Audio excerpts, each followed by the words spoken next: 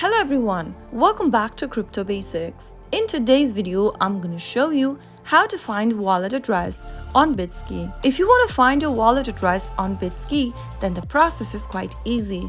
Open your BitSki application from the app drawer and make sure that you're logged into your account. After you're inside the main homepage of BitSki, go ahead and tap on your profile icon at the top left-hand corner. Now, click on the settings button from the bottom of the screen and then click on the arrow right next to wallet. You will then be able to see your wallet on the display. Simply tap the three dots right next to your wallet and then click on copy address. You can then share your wallet address with anyone if you want to send and receive cryptocurrencies or NFTs from BitSki wallet. So that's how it can be easily done. If you found the video to be helpful, go ahead and give us a thumbs up. Don't forget to subscribe to the channel by hitting the subscribe button.